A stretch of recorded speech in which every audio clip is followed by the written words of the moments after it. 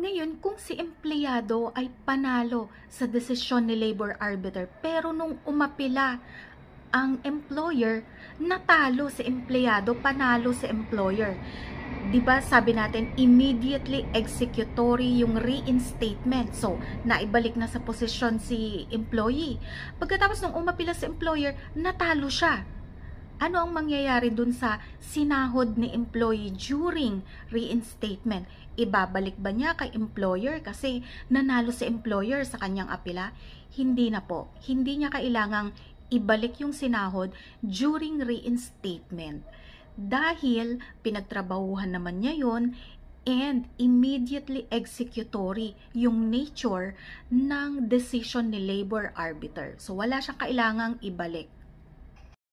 Ngayon, kung magpo-proceed si sheriff sa bank deposits ng employer, pwede bang mag-refuse si bank na mag-comply sa rate of execution?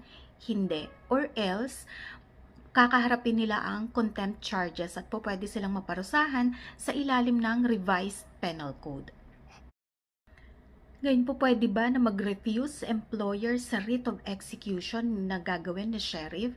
Hindi. Kasi same lang din, makakaharap sila sa contempt charges and pwede silang maparusahan under revised penal code.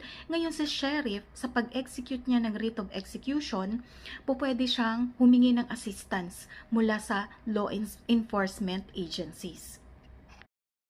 Anong mangyayari kung habang pending pa yung kaso ay namatay ang nagsampa ng kaso?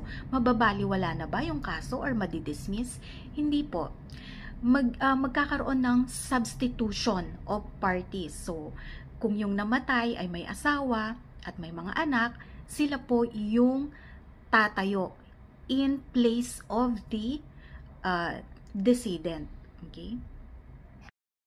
Ngayon, kung walang bank deposit, walang cash bond, walang surety bond, or kung kulang itong mga to, pero may mga properties, kaya lang ayaw papasukin ni employer sa kanyang mga properties si sheriff para ma-serve yung writ of execution.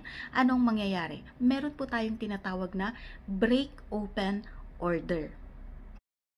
Dito sa break open order, allowed si sheriff na pumasok sa mga properties na employer at kumuha ng ari-arian to satisfy the writ of execution.